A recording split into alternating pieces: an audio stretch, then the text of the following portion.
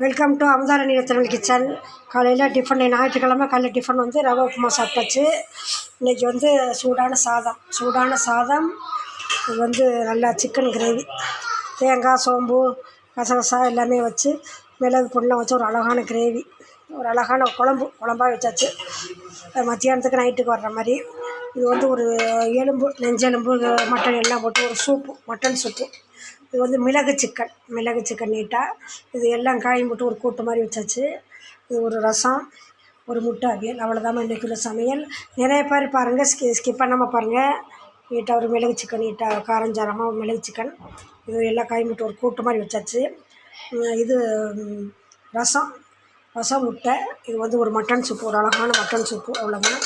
இது வந்து chicken gravy. இது 65 வந்து மசாலா தடவி வச்சுருக்கேன் தான். 65க்கு மசாலா எல்லாம் போட்டு ரெடி பண்ணி